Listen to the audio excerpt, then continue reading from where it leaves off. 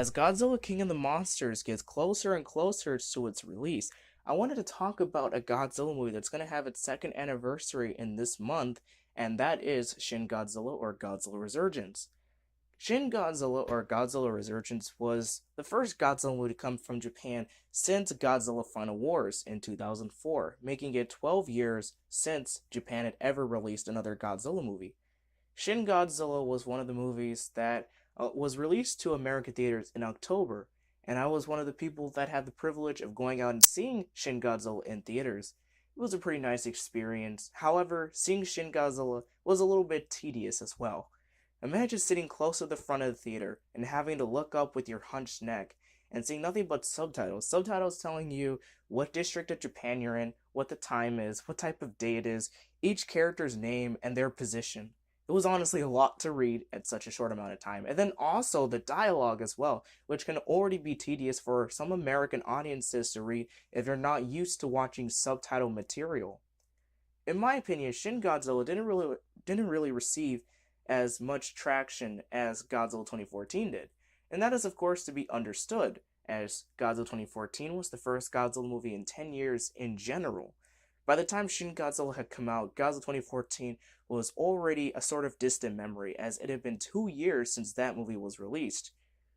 When Shin Godzilla came out onto the market, there was a lot of people who honestly had negative opinions based on the trailer and some other forms of media in relation to figures, promotional art, and TV spots. And this caused a major split within the fan base. There were lots of people who insulted each other whether or not they like Shin Godzilla or they like the legendary Godzilla. There were some insults such as Retardzilla, legendary fanboy, legendary fantard, or Toho fanboy. There's just a lot of insults going around on YouTube. Now, I thought Shin Godzilla I thought it was a pretty good movie, but I find it a little bit difficult to rewatch. And I think even the most diehard Shin Godzilla fans might agree with me on this. It's a movie that isn't really one that you can come back and watch multiple times. Because, in my opinion, the movie kind of drags on a bit. The human scenes can be a little bit mundane and monotonous to watch. But overall, I think Shin Godzilla is one of the most interestingly written Godzilla movies that we've seen in a long time. A lot of people say that their favorite Godzilla movies are movies such as GMK, or a lot of people like Godzilla vs. Biollante nowadays all of a sudden, Godzilla against Mechagodzilla, or some other movies like the original, or what about the infamous Destroy All Monsters? When you really look at all these movies, they're all fun movies for people like me and people like you, probably in the audience. But if you're an average person who doesn't really know too much about Godzilla, Godzilla may seem like a really ridiculous kind of concept, a giant dinosaur that breathes fire. Now, if you say Godzilla breathes fire, there's going to be about 10 people that say, that's not fire, that's the atomic breath. But to an average person, that is fire. And honestly, Godzilla is pretty ridiculous. The movies don't really have much depth. Classics like Ghidorah the Three-Headed Monster are just kind of ridiculous movies. There's a whole plot about a princess getting kidnapped and held hostage, but then she's mind controlled by aliens from the planet Venus or Mars, depending on which version you watch. It's just a really ridiculous kind of franchise, in my opinion. And I think even the creators of Godzilla realized this, as some of these movies were marketed towards children. But Shin Godzilla is the first Godzilla movie that I've seen in a while that really challenges you and provides a lot of insight into not only real world politics, but also metaphors for disasters. Shin Godzilla, in my opinion, is one of those complex driven movies that I haven't seen since The Return of Godzilla or Godzilla 1954. Now, Godzilla 1954 served as a huge metaphor for the atomic bomb. 9 years prior to Godzilla 1954 coming out, Japan had suffered from attacks from the United States when two atomic bombs, Little Boy and Fat Man, were dropped on Hiroshima and Nagasaki by B-29 planes. And it is because of these terrible disasters that Toho Studios felt the need to make a movie about a monster being born from the disaster of the atomic bomb. Also, a year earlier, there was the Lucky Dragon ship incident in 1953. That was, of course, another terrible incident in which Japanese citizens were affected by the atomic bomb. this time innocent people out at sea. And of course, at that time in the 50s, there was also another major problem: the Soviet Union, who had tested their first atomic bomb a couple of years earlier in 1949. And around this time of 1954, the Korean War was also going on. And it looked as though the United States, under Douglas MacArthur, was actually planning on dropping atomic bombs on the Korean Chinese border so that China could not intervene in the war. With all of these problems and tensions mounting within the world in the 50s, a movie like Godzilla really showed that this kind of danger was a real and potential threat to not only civilians, but to our civilization as a whole, as the very purpose and being of the world could be destroyed with the press of a single button. And that is honestly something that's dangerous and very frightening, especially for people of that time. With the return of Godzilla, the Cold War is getting more fired up. In the 80s, the Soviet Union invaded Afghanistan, causing international backlash. The Soviet Union also began increased production, and just a few years earlier, in the 60s, they also developed the Tsar bomb, the most powerful bomb in the world. And we could see that in the return of Godzilla, there's a lot of tension between the United States and the Soviet Union. Of course, with the time Shin Godzilla is coming out, 2016, the Soviet Union doesn't exist anymore. It's been gone since 1991, but we could still see the different metaphors that Shin Godzilla represents. Shin Godzilla represents two disasters that have affected Japan only a few years earlier from now. That is, the 2011 Fukushima nuclear disaster and the tsunami that devastated Japan's infrastructure. And Shin Godzilla serves as a representation of both of those incidents. Now, what I really like about Shin Godzilla, this version of Godzilla, is that Godzilla really does represent a force of nature. For many years, I had heard people such as Dillo Fellow, aka Dylan, or Hedora the Douchebag, and some other people such as Richard Isso on his YouTube channel, and some other people on YouTube just say that, oh, Godzilla is a force of nature. He's not a destroyer god, but he simply represents natural disasters. Shin Godzilla completely embodies that with their version of Godzilla. Instead of Godzilla portraying emotion or hatred, Shin Godzilla is just a force of nature that's strolling through the city while causing destruction. A creature that is also defending itself as well. We see many times that as Godzilla gets bombarded through attacks from helicopters and tanks and other forms of conventional weapons, that it pretty much has no effect on Godzilla, and Godzilla doesn't really display much pain. However, whenever he does display pain, he simply evolves like any natural creature. And this is of course a metaphor for nature itself. Over the course of millions of years, nature has evolved from a singular-celled organism. Shin Godzilla represents a singular-celled organism. About 500 million years ago, cells first became fish in the water, and those fish will later adapt to the conditions of land and heat by becoming amphibians, and those amphibians will later become reptiles. Shin Godzilla serves as that evolutionary standpoint, because in the very beginning of the movie, Shin Godzilla simply starts out as an organism in the water, and guess what? He evolves to come onto land. Shin Godzilla literally serves as a metaphor for evolution itself. And we could definitely see this, as each time Shin Godzilla is met with either danger or pain, he simply adapts and evolves to counter these sorts of conditions. And similar to an organism, you may have heard about cellular reproduction. One organism becomes two become four, and they simply duplicate 2 times each time. Shin Godzilla also does this at the very end of the movie when he's frozen, and you see those other forms of Shin Godzilla come out of its tail. So already with Shin Godzilla, you can see that Shin Godzilla serves as a complete physical representation of life's evolutionary track that has happened for millions of years, but Shin Godzilla is such an advanced organism that he is simply able to do it within a matter of days or hours. Shin Godzilla not only serves as a metaphor for 2 terrible disasters that have affected Japan, but also for singular-celled organisms and their evolution over time. Now here's another really interesting piece that I found to be interesting about Shin Godzilla. Do you remember the scene where Shin Godzilla comes upon shore and they play Godzilla's theme from King Kong vs. Godzilla? Yeah, I remember that scene too. I remember in theaters that scene played, and I was really excited when that played. But I was able to take a much deeper meaning from that. Now, there's an English dub version of King Kong vs. Godzilla, and there's this scene where the scientist says that Godzilla isn't necessarily an intelligent creature. King Kong is a very intelligent creature, a thinking creature, if you will. King Kong has a brain 50 times the size of a normal human skull, whereas Godzilla's skull is the size of a berry. In that movie, Godzilla actually shows some forms of intelligence, thus kind of contradicting what the scientist was trying to prove.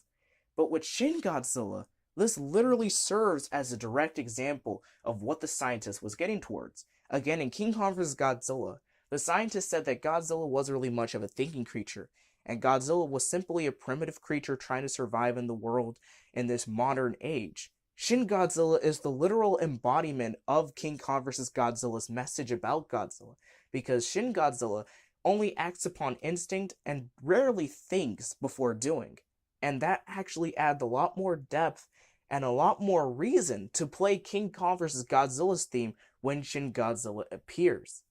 I know, right? Crazy that I was able to just listen to a music cue and just decipher that just from listening to the music of Shin Godzilla and how they reuse certain tracks. Makes sense why they would choose that track in particular to play when Shin Godzilla's in his completely evolved fourth form. Another thing that I wanted to mention was the politics in Shin Godzilla. A lot of people found the politics to be boring, and I can understand where those people are coming from. But in my opinion, for someone like me who studies into politics, it's a great message and kind of insight into modern day politics.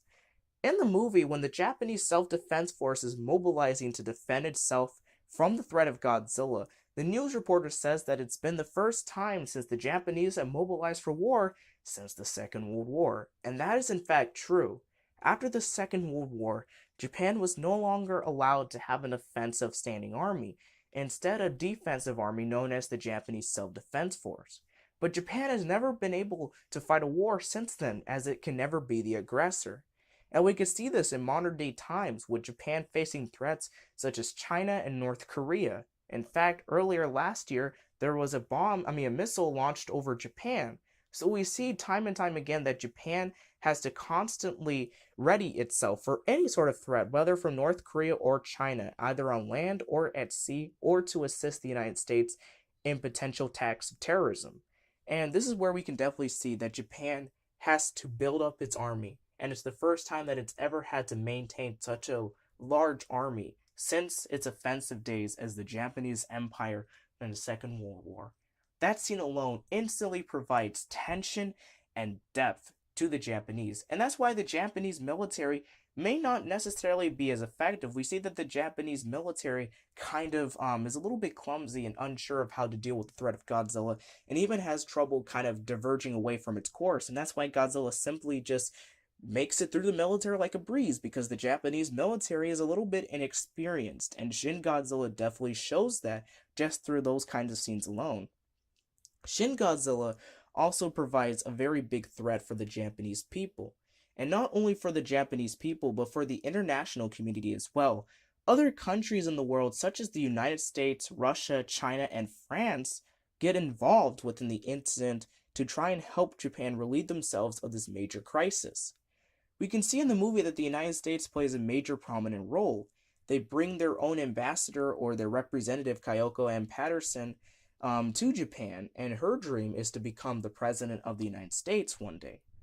Now, when you really look at this, you can see that the United States plays a sort of parent role. Japan is being parented by the United States, and this is in fact true in real life because the United States has a mutual defense treaty with Japan, as well as other countries such as the Philippines and South Korea. In fact, the United States has troops stationed in Japan, in Okinawa and such, with their own military base there. So we can see that the United States is playing a parental role to Japan. But the Japanese are getting a little bit tired. And it's almost like when a person is turning 16 or 18 and their parents still try to keep a leash on them, but the teenager or the young adult thinks that they can make their own decisions. That's pretty much the way how Japan and the United States relationship is based upon. Japan needs the United States, but it doesn't want to become too over reliant on them. And Japan feels like they can make their own decisions. And that's why, when one of the biggest decisions in the movie comes, whether or not to nuke Japan, the Japanese are instantly faced with a lot of resent towards the United States, because it will be the third time in history that Japan had ever been nuked, and the third time that an atomic bomb had ever been used on real soil of another country by a foreign country. So when you really look at that, it adds a lot more depth and tension to Shin Godzilla. And that is something that we definitely have to look at, in my opinion. Shin Godzilla overall has a lot more political metaphors in this.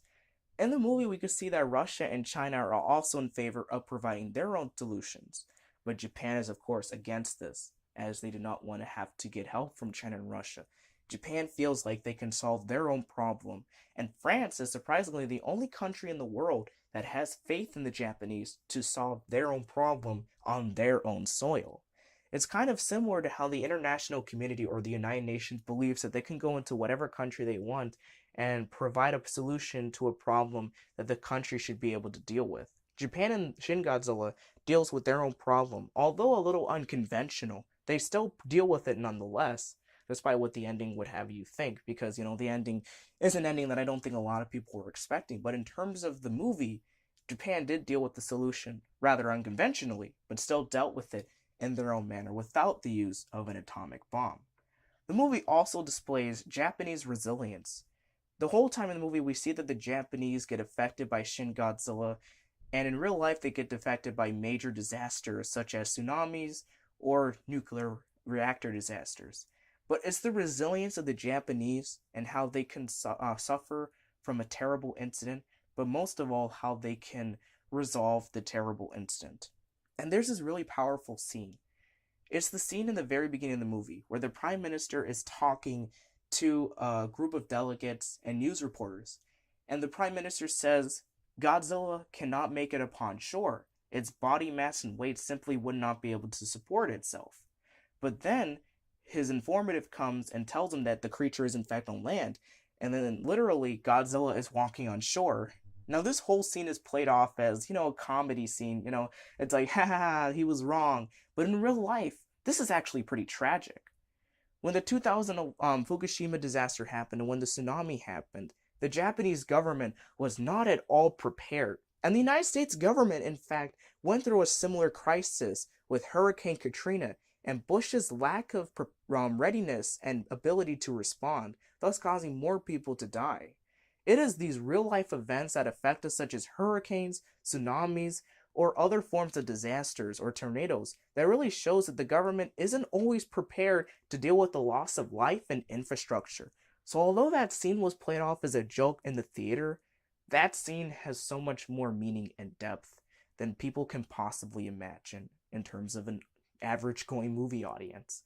And it is because of not only Shin Godzilla's representation of having a small brain from King Kong vs. Godzilla when his theme plays, to the politics internationally and in terms of their military history, the resilience of the Japanese people through all of these terrible disasters, and in terms of Shin Godzilla simply being a metaphor for those disasters that have happened, but most of all the Japanese spirit that is able to overcome these threats, really shows why Godzilla is one of the best written Godzilla movies in such a long time, and really provides itself in a serious manner.